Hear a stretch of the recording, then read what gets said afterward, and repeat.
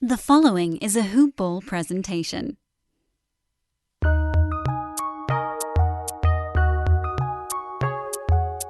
Welcome to the Fantasy NBA Today podcast.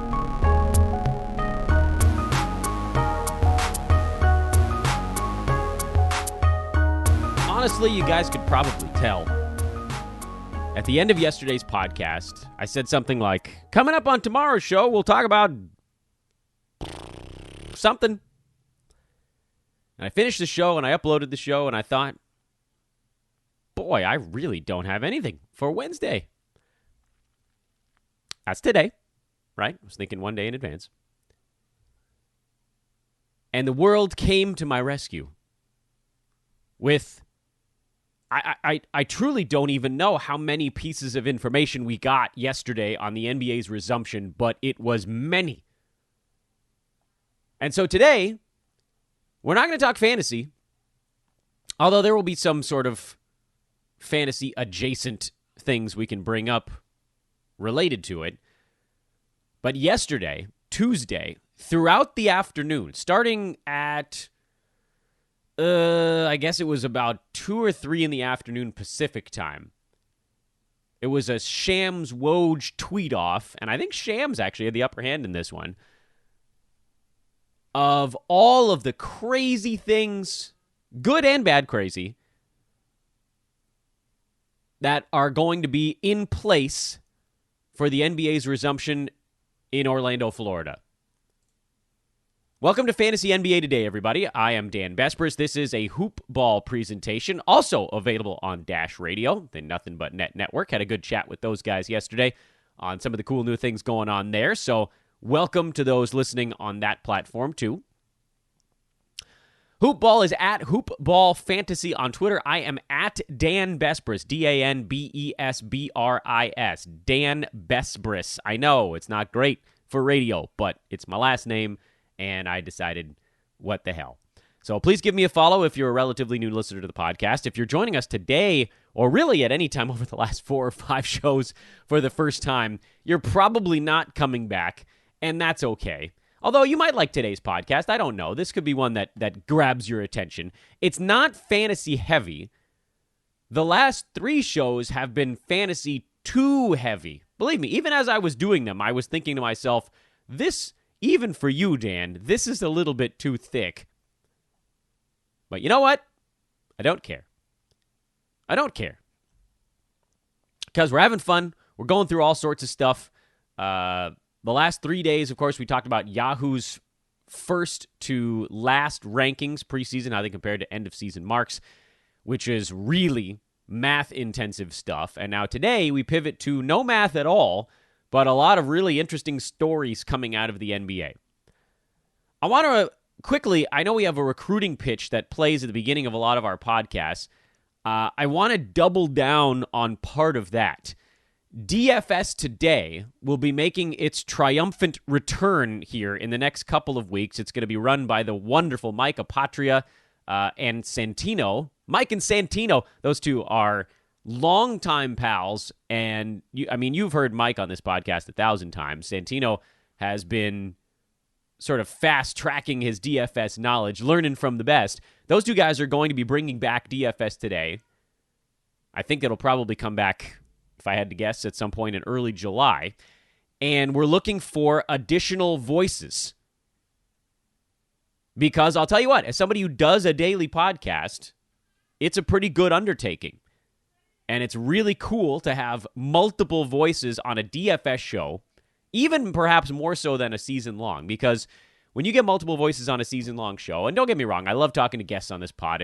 Nothing makes me happier, but I do feel like at some point, when there's a disagreement, and I'm not on here to hardball people. I'm not going to yell at guests if I disagree with them. But if there's a disagreement, it can create a certain disconnect for all of you guys listening out there. When you're like, well, which one of these things do I do? With DFS, there's 1,000 different ways to skin a cat. I know Apotria, for one. Mike is big into the GPPs, I think they call them, the mass entry ones, where you take some chances. And then there are folks that like the head-to-head type battles in DFS. There's so many different ways you can do it. And so having more voices is a really big thing. And we want you.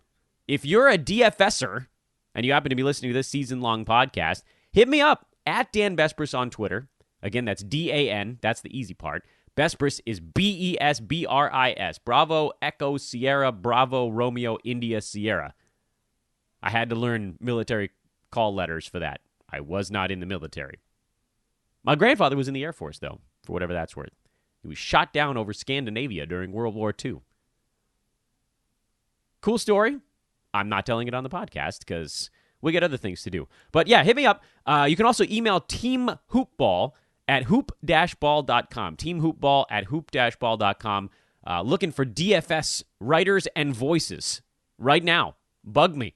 Get back in the mix. We can train you up before the season comes back. All right, let's talk a little bit about what's going on in the NBA because it was an eventful 4 hours yesterday in the afternoon and early evening, and a lot of it was a blend of fun and funny, and I want to save that stuff for the end because I want to open with the weird because not only is it the silliest, but it's also not confirmed. You guys know what I'm about to say. There was a rumor that surfaced yesterday that Kyrie Irving, who we've already been talking about because he's been at the forefront of the maybe we should sit out and focus on the racial injustice movement front, which, again, perfectly reasonable take. Suddenly now, there's a rumor that Kyrie was on a group chat with Nets players suggesting they could perhaps start their own league. I'm not sure I believe this. I feel like somebody took something out of context. But, well, let's spend a minute on it just in case. Again, I want to straight up front, I don't think this is real. I don't think Kyrie Irving is trying to start his own league.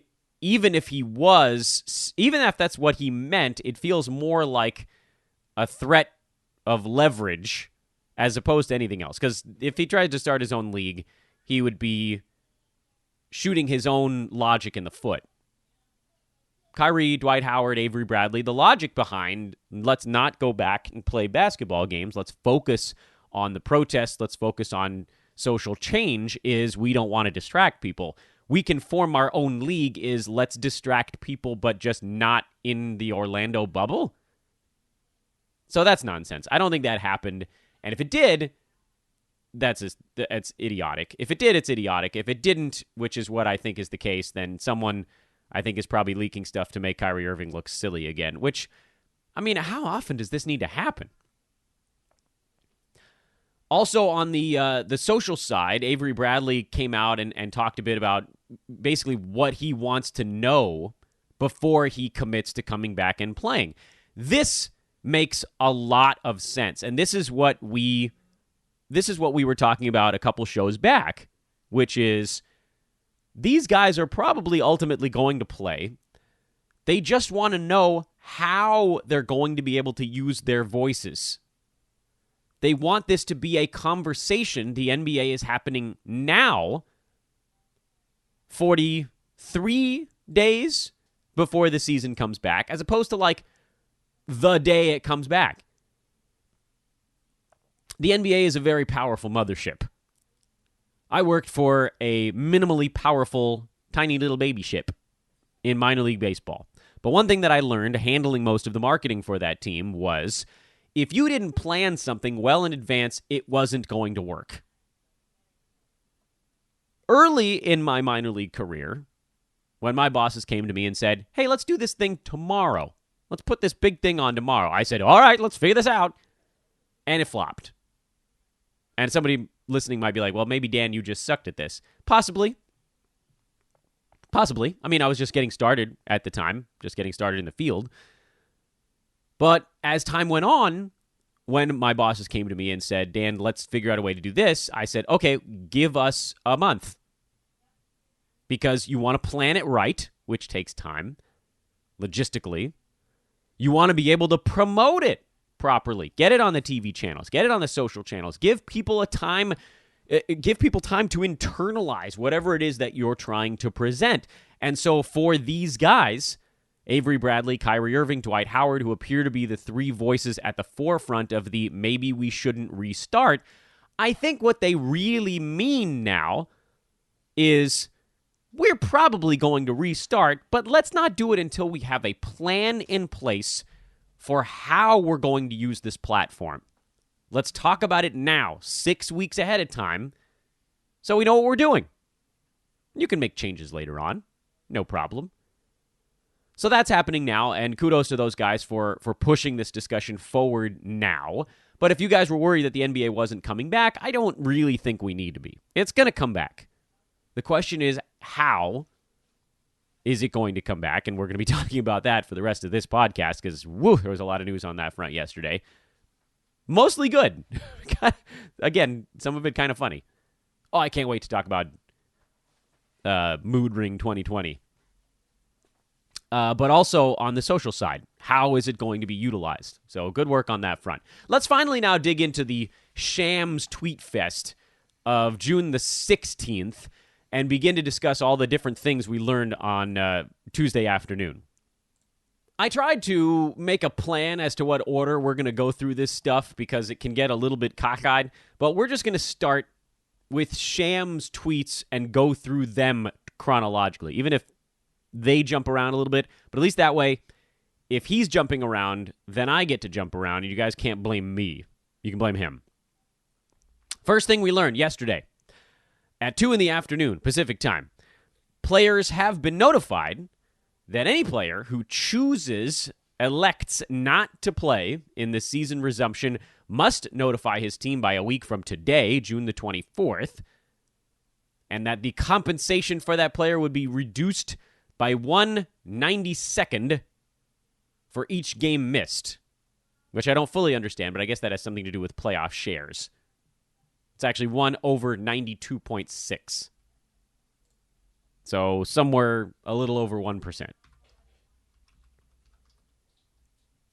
So if a player misses a game, they lose roughly 1% of their salary.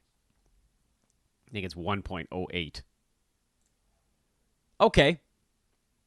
Additionally, any player who exercises this right will not be disciplined, meaning the compensation would basically be the only thing that would go away. And so this gives players the option of not going back. Honestly, I wouldn't be surprised if a relatively well-paid player on a team that doesn't seem likely to do anything does choose to exercise this right. Someone like a Bradley Beal. I mean, I think he comes back. That dude plays in every game that he's capable, but the Wizards aren't making the playoffs. I mean, let's be honest here. They're not. They ain't getting in. I don't specifically know why they're back, but they're not. It's not happening. Looking at the Western Conference, if LaMarcus Aldridge didn't have surgery, so DeMar DeRozan is a possibility with the Spurs down Aldridge. I don't know that they feel like they could possibly make that 8 seed. So he, to me, would be someone who could exercise this right. He's made a lot of money in his NBA career. Why risk it at this point? I think all these guys do come back.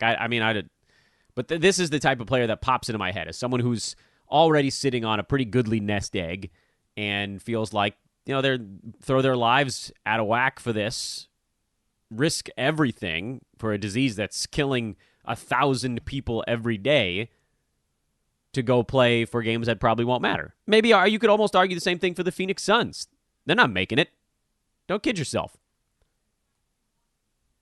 Wait, are they playing? Yeah, they're playing. So we'll see. I don't think you see many folks do it for no reason at all. But there is a corollary here. 2 categories of non-participating NBA players who will not have their salary reduced. This was Sham's next tweet. Protected players and excused players. Those who are believed to be at higher risk for severe illness from COVID-19.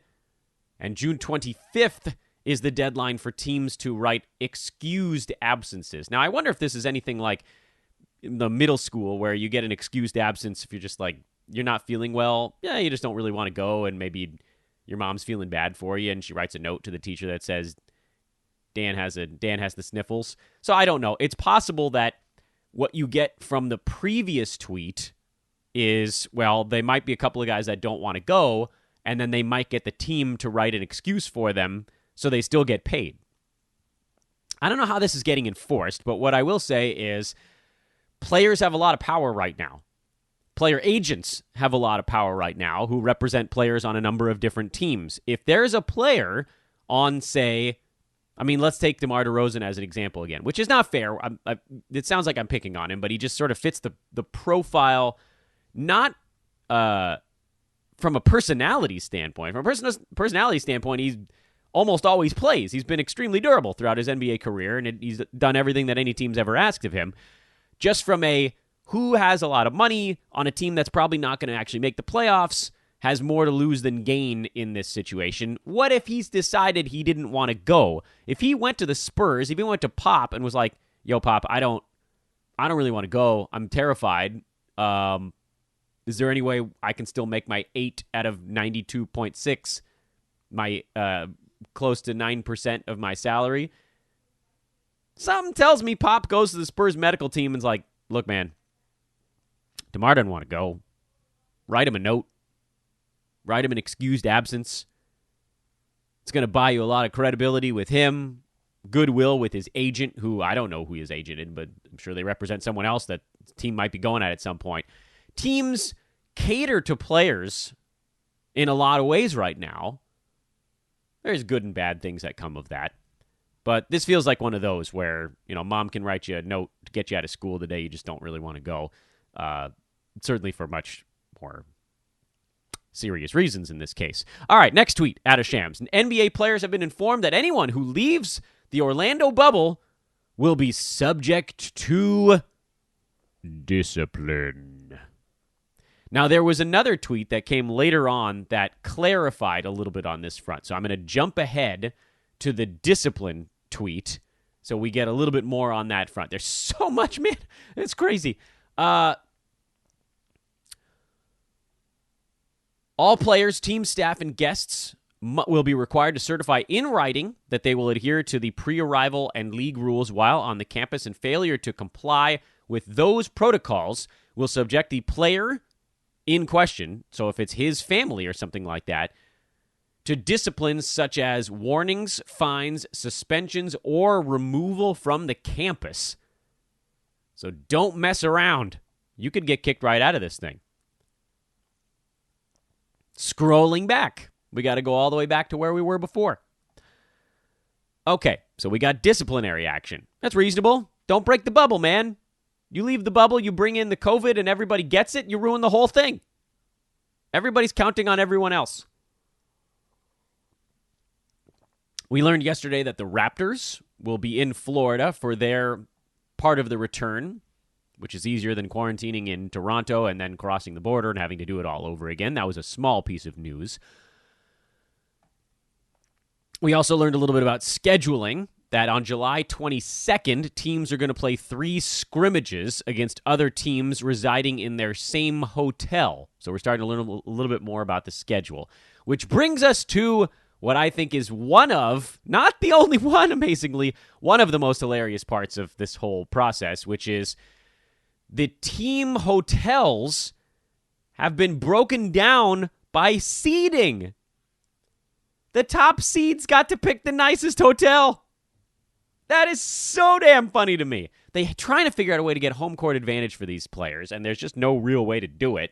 So they decided to let the top teams pick which hotels they wanted. So the Grand Destino, which is, I believe, on the Coronado campus, will host the the 8 teams with the 8 top records, which is the Bucks, Lakers, Raptors, Clippers, Celtics, Nuggets, Jazz, and Heat. The Grand Floridian has the next 8 highest-ranked players: the Thunder, the Sixers, the Rockets, Pacers, Mavs, Nets, Grizz, and Magic. That's all your playoff teams, by the way. And the Yacht Club, which is the funniest name ever, has the 6 teams fighting to try to get in. That's the Blazers, Kings, Pels, Spurs, Suns, and Wizards. Come on, that's hilarious. That is absolutely hilarious. I can't believe that more wasn't made of this.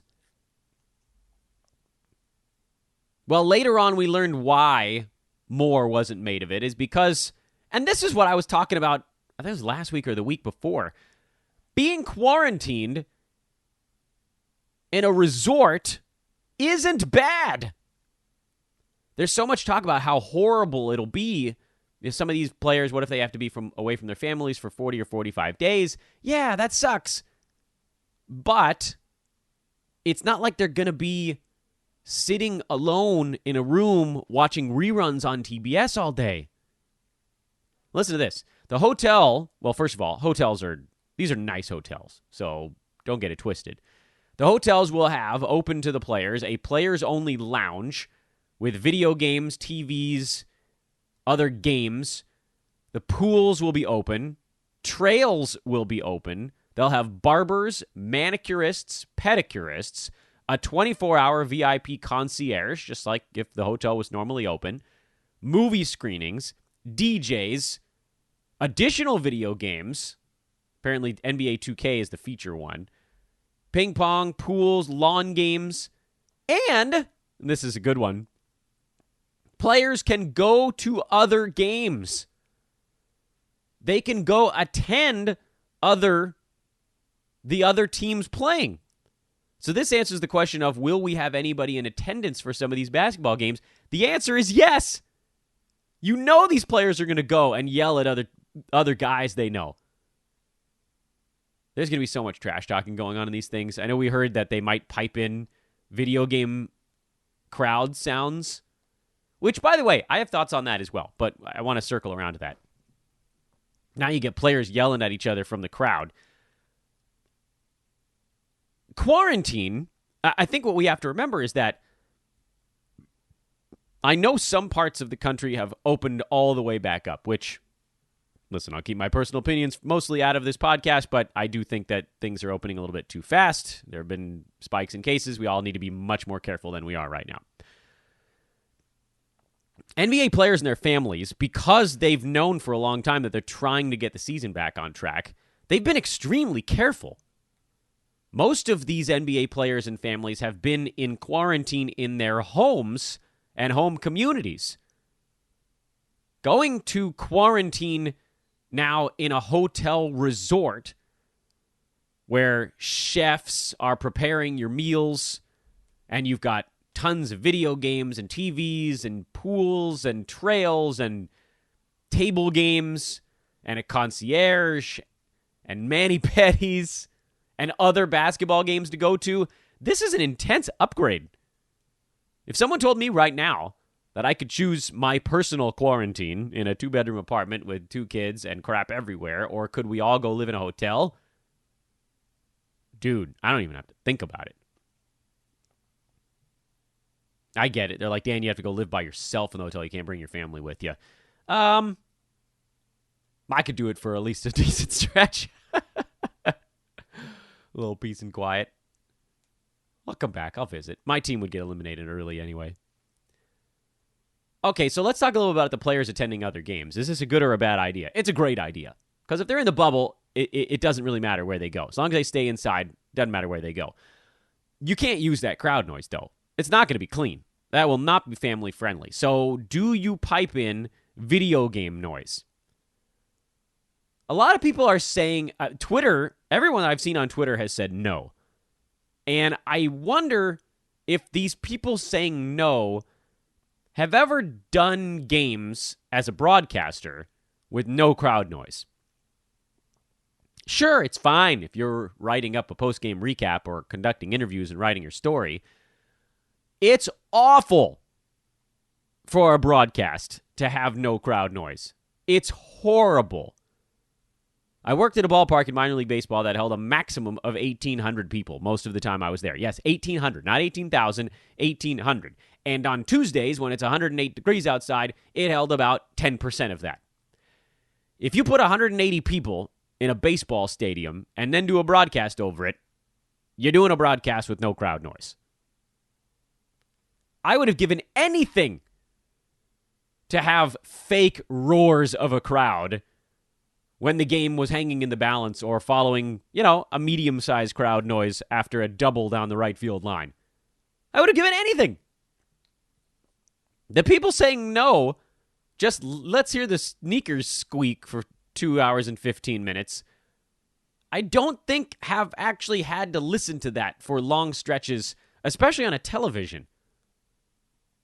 It's unusual. The broadcasters, I don't know, I haven't actually heard a ton about how this is going to work. I think the broadcasters are going to be what, up in the rafters? Or they're doing it from a studio? That's bad too. Yes, I get it. We're going to sort of try to make the best of a bad situation here. But making it feel like a real game is a good idea. It's not going to be easy. So I'll throw that in here at the end of this thought.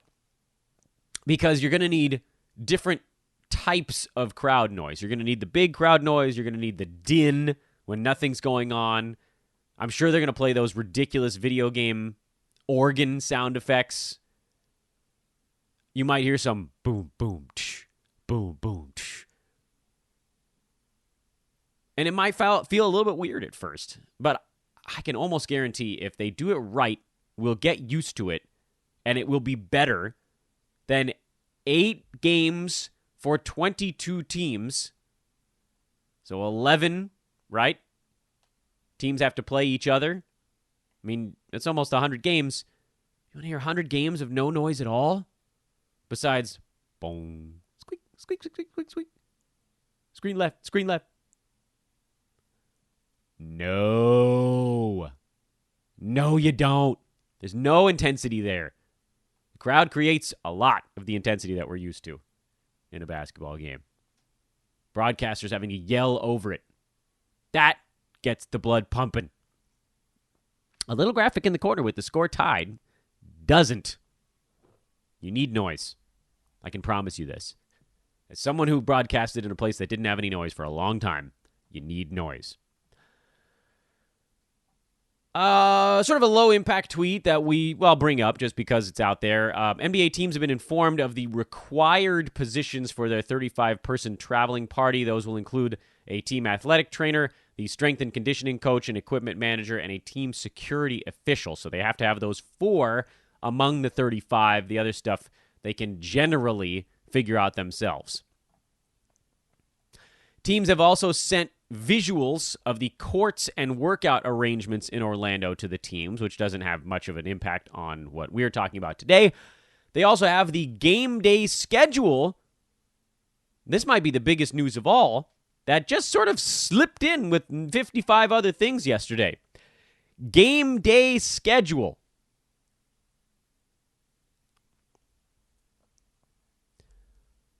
Breakfast, shoot-around, and lunch. They've got it all, man, including transportation, how they get teams to and from the ballpark. It sounds like, and I don't know how they're going to pull this off. They must have, I thought there were only like 3 courts they could use. But maybe not. I'm assuming they need to get like 5 to 6 games going every single day, right? Something like that. 5-6 games a day. So wouldn't there have to be an early game and a late game? Well, according to this pregame schedule, not really. This was a schedule released for a 7 o'clock game. I guess if there's an earlier one, they could put out a schedule for that. But that was kind of cool to see. The NBA will have 2 rows on the bench. A first row of players, high-usage players, and coaches. They will not be required to wear a mask, but the coaches are recommended to. And a second row of other players, generally folks that aren't active, and other coaches, they will wear a mask at all times. We also learned that referees probably won't be wearing masks. Presumably, they're quarantining in the bubble as well. And that's how the game is going to look, although I don't think that has a massive impact on us. There's a protocol for virus testing that was released yesterday as well. If a player tests positive, they immediately enter an isolation housing. They retest there to confirm the positive test, and then they exit the isolation after consecutive negative tests and return to activities. Okay. Now we're getting to the two silliest ones of all. I don't know which one I want to start with. We'll just go in the order Shams did. The NBA will create an anonymous hotline to report potential violations of the quarantine protocol. How great is this going to be? And who are they going to give the number to? Presumably only the people in the bubble. But it's going to escape. That hotline number is going to escape the bubble. Random citizens are going to end up with that phone number, and they're going to get all sorts of goofball reports. There's a lot of Chris Paul jokes happening right now after his jersey untucked situation. Also hilarious. And who's going to snitch? I mean, you're going to get a team that's down 3-1 in a playoff series, and they're going to be calling this hotline, talking about everybody on the other team. I don't know how this is going to be enforceable. This is the silliest thing. This probably is the silliest one of all, but there's less to talk about than the other one, so we saved the other silly thing for last. And the other one is, I'm fluttering my fingers out to the sides. There we go, shaking my fingers. 5 fingers on both sides, shaking them, because we've got MagicBands. Mandatory for everyone inside the NBA bubble will be wearing MagicBands, which in an earlier tweet was referred to as a ring. And so then there were a lot of mood ring jokes happening, mood ring 2020. MagicBands. Everyone in the bubble will receive a MagicBand, which functions as the room key, security checkpoint key, coronavirus testing check-in, and there are settings where, if they want, the band can beep anytime it gets within 6 feet of someone else wearing a MagicBand. Presumably they'll be taking these off during the actual ball games and during practice. But come on, that's hilarious. I actually kind of like the idea, because now you're not forcing players to carry around room keys, which could get touched by a bunch of different people. You're not forcing players to carry coronavirus testing check-in data or have it on their phone or something like that. So it's personal to each individual. They're going to want to keep that personal because it gets them through their security checkpoints. It also will have their COVID results. And as I mentioned this to my family because I thought it was just so incredible, and my wife was like, I want one of those and I want one now. Every time I take the dog for a walk, I want this thing beeping at me when I get close to anybody else.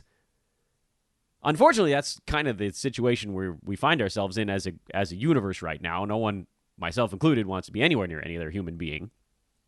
And the NBA, they've got it, man. Apparently on the testing side, they're going to be doing sort of like a combo test that has a better rate of false returns, meaning a lower number of false positives or false negatives. So that's good. Testing every day. And I'll do this one last because it's not silly at all. The NBA has basically put out a note stating that the NBA has informed all 30 teams that a central goal of the season restart will be to utilize the NBA's platform to bring attention and sustained action to issues of social injustice. So that's out there. It's on the table now. They're in discussions with the Players Association to develop a comprehensive strategy. This is a great thing. It's going to bring the concerned players back into the fold. They use their voices in the best way possible to basically say, look. We are not agreeing to this until we know how we're going to be able to use our megaphone. And now they're getting all that sorted out. Guys, the NBA is coming back in 43 days, and now we know how. MagicBands. MagicBands. Oh, God, I love it. Ah, man.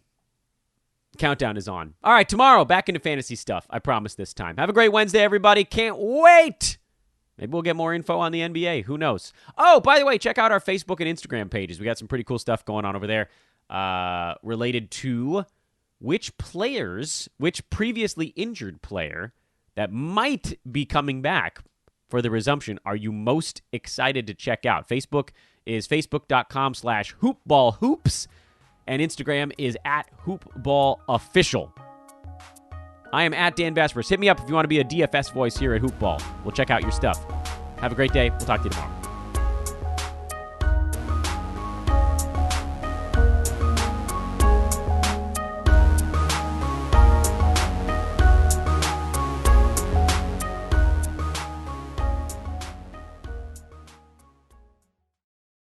This has been a Hoopball presentation.